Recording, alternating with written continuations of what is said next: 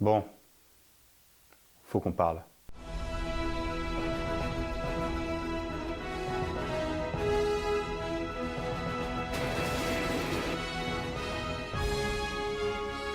Ça y est, la deuxième partie de Final Fantasy VII est enfin sortie sur PS5. Quel bonheur de voyager à dos de chocobo avec Aeris, Barret, Cloud, Tifa... Quoi?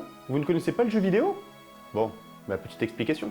Les jeux vidéo sont des jeux électroniques jouables sur des écrans. Leur première apparition officielle date de... Ah, autant pour moi, vous ne connaissez pas le jeu vidéo Final Fantasy VII. Bon, petite explication. Final Fantasy VII est un jeu vidéo sorti initialement en 1997 sur la PlayStation. Une version remasterisée est sortie plus tard en plusieurs volets. Le premier en avril 2020 et le deuxième le 29 février 2024. Bon, comment vous résumez l'histoire? Final Fantasy VII est un jeu vidéo qui se déroule dans un monde assez proche du nôtre. Une planète avec une faune et une flore, des villes dirigées par des gouvernements, des personnages humanoïdes. Jusque-là, à quelques détails près, on pourrait se croire sur Terre. Sur cette planète, la ville principale est dirigée par une organisation appelée la Shinra, organisation qui exploite les ressources principales de la planète jusqu'à épuisement, uniquement pour s'enrichir. Quand je vous disais qu'on était dans un monde assez proche du nôtre, nous incarnons alors un groupe de héros qui s'insurgent contre ce gouvernement. Composé notamment de Cloud, un ancien militaire armé d'une grande épée, Tifa, une combattante à main nue, Barret, un grand costaud muni d'un bras mitraillette, et Aeris, une magicienne. Au fur et à mesure de leur aventure, les héros devront lutter contre une menace mondiale représentée par le grand et ténébreux Sephiroth.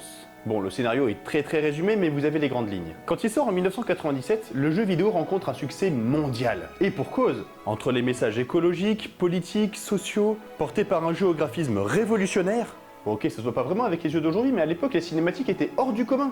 Et la musique, oh, mais quelle musique! Tenez, écoutez juste par exemple la musique qui se lance au moindre combat.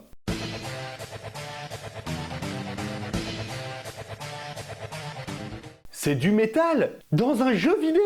Mais si vous êtes plus musique classique, il y en a aussi.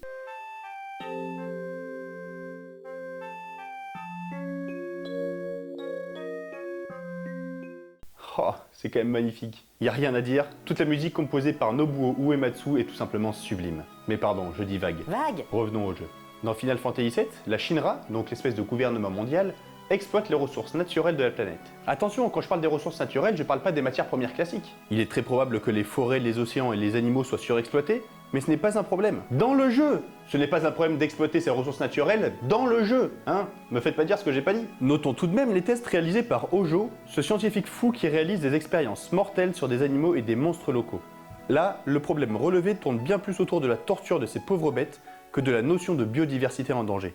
Dans Final Fantasy VII, la Shinra exploite des ressources naturelles bien plus importantes pour la planète. L'équivalent du sang chez les humains et de la sève chez les arbres. Cette ressource naturelle s'appelle la rivière de la vie. Tout comme le sang ou la sève, elle coule sous la surface et alimente toute la planète en énergie. Autant vous dire qu'exploiter cette ressource naturelle signifie littéralement la fin du monde. On peut dire que le combat des héros est vraiment justifié. Mais alors pourquoi est-ce que la Shinra est autant intéressée par cette rivière de la vie ?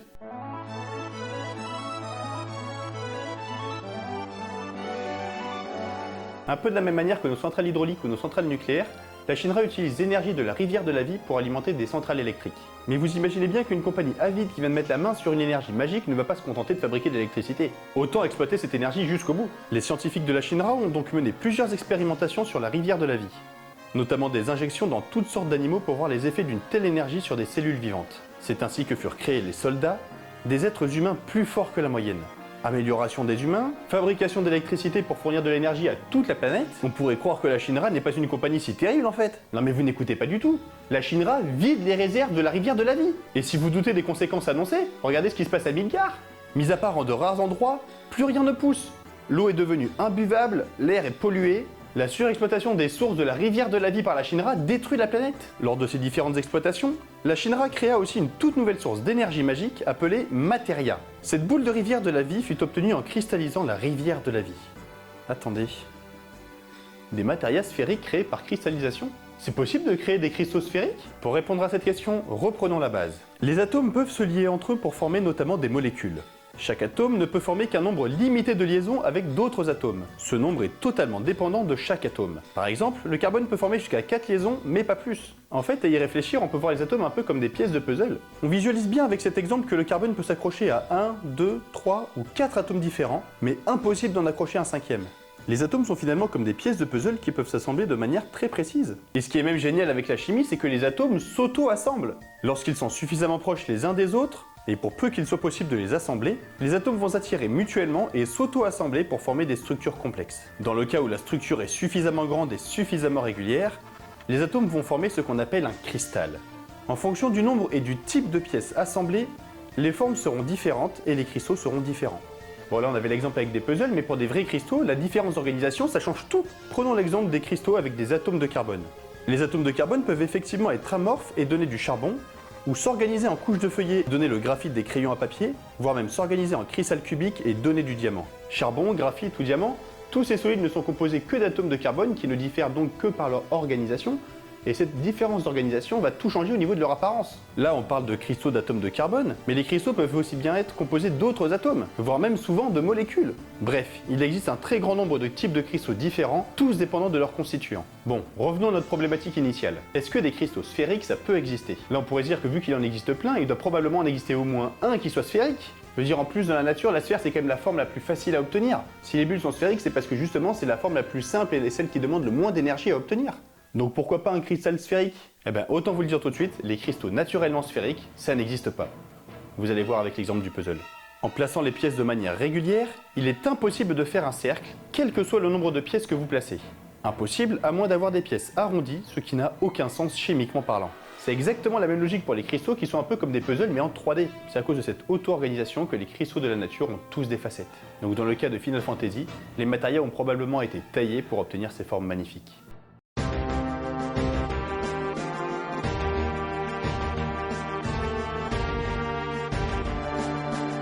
La Shinra produit donc des matérias, cristaux sphériques de la rivière de la vie. Mais ces objets n'ont pas qu'un aspect esthétique. Comme vous pouvez vous en douter à sa couleur et à son apparence un peu éthérée, la rivière de la vie est une source magique. Magie qui se retrouve notamment dans ses matérias. Feu, foudre, glace, amélioration de la force, de la vie, les matérias regorgent de pouvoirs magiques. Mais comment ça peut fonctionner? Les cristaux peuvent-ils avoir des pouvoirs magiques? Voyons ça tout de suite. Reprenons en exemple le diamant et le graphite. Bien qu'étant tous les deux constitués d'atomes de carbone uniquement, les deux cristaux possèdent des propriétés bien différentes, notamment en ce qui concerne leur conductivité électrique. Le graphène est un des matériaux les plus conducteurs au monde, quand le diamant est un matériau très isolant. Deux cristaux avec les mêmes éléments mais des organisations différentes ont donc des propriétés différentes. Et il en est de même pour deux cristaux avec des organisations similaires mais des compositions différentes. Prenons en exemple le diamant commun, constitué d'atomes de carbone, et le diamant bleu, une forme assez rare de diamant constitué aussi d'atomes de carbone et de quelques rares atomes de bore. Mis à part leurs différences esthétiques, les deux diamants ont aussi des propriétés électriques très différentes. Comme je vous le disais, le diamant est un isolant et son homologue bleu est un semi-conducteur. Bref, tout comme leur apparence, les propriétés des cristaux dépendent uniquement de leurs constituants. Donc si on y réfléchit un peu, des matériaux avec des pouvoirs différents qui proviennent pourtant de la même rivière de la vie, ça pourrait exister. Il suffirait que la rivière ait emporté tel ou tel constituant avant de cristalliser, ce qui donnerait des propriétés dépendantes des constituants emportés. Il serait donc tout à fait envisageable que les atomes constituant les matériaux leur donnent leurs propriétés magiques. Et j'ai même envie de dire mieux que ça, dans la vraie vie, les cristaux magiques ça existe. Vous me croyez pas? Laissez-vous guider.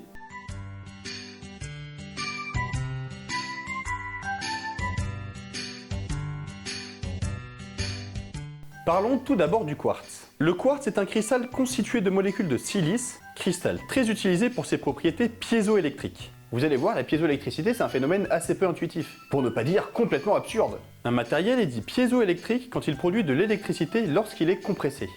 C'est ainsi que fonctionnent certains briquets. En appuyant sur un bouton, un petit marteau vient appuyer sur un cristal piézoélectrique qui produit une étincelle enflammant le gaz. Bon, on a bien l'exemple, mais c'est quand même bizarre de se dire qu'en appuyant simplement sur un objet, il va faire de l'électricité. Ça paraît vraiment absurde. Et pourtant, vous allez voir que dans les grandes lignes, c'est finalement assez simple à comprendre.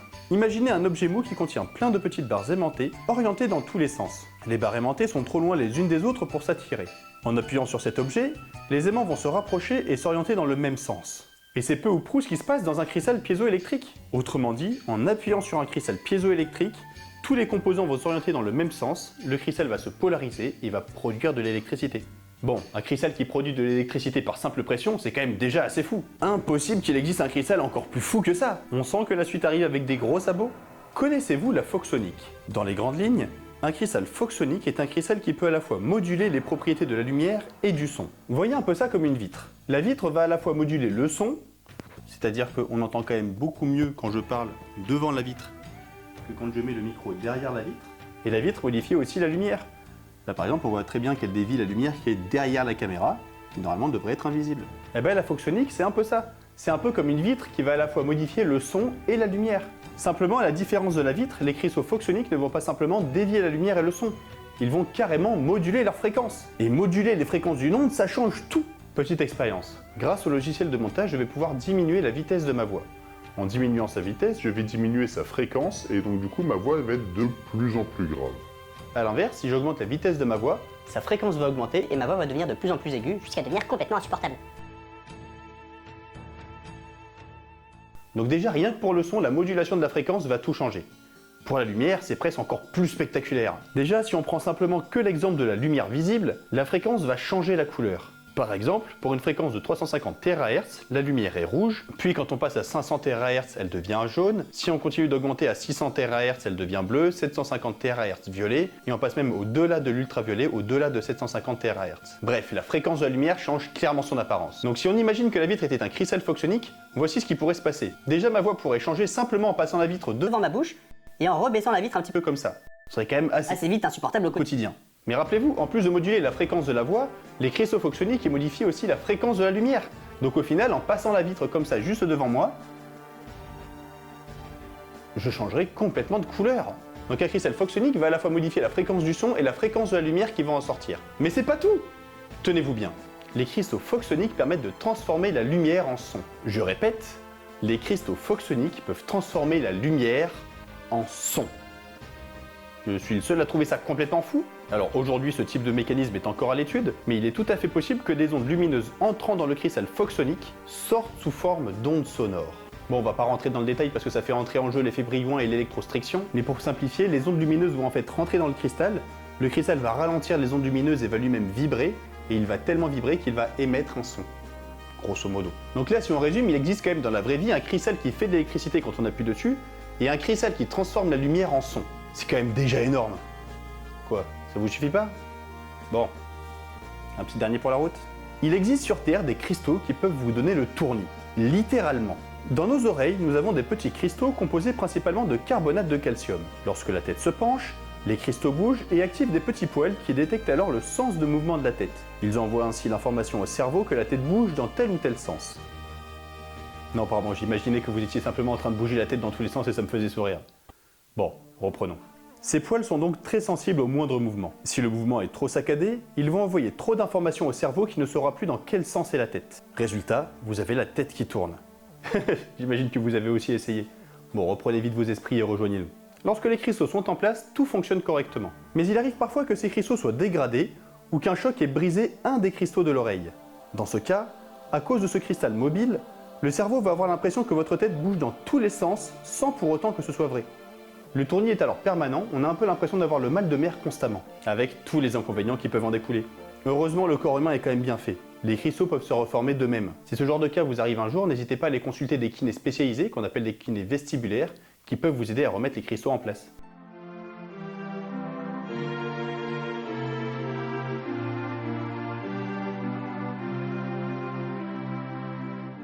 Bon, concluons cette vidéo qui commence à être sacrément longue. Bon, déjà, il n'existe pas de cristaux avec des pouvoirs aussi spectaculaires que ceux de Final Fantasy. Bien évidemment, et bien malheureusement. Mais quand on y réfléchit un peu, il existe quand même des cristaux dans notre monde qui sont assez fous. Entre les cristaux qui peuvent faire de l'électricité quand on appuie dessus, ceux qui changent la lumière en son, et ceux qui peuvent vous rendre malade, notre monde regorge de cristaux presque magiques. Bon, bah c'était tout pour cette vidéo, en espérant qu'elle vous ait plu. Si tel est le cas, n'hésitez pas à la pousser et à vous enchaîner. À la prochaine.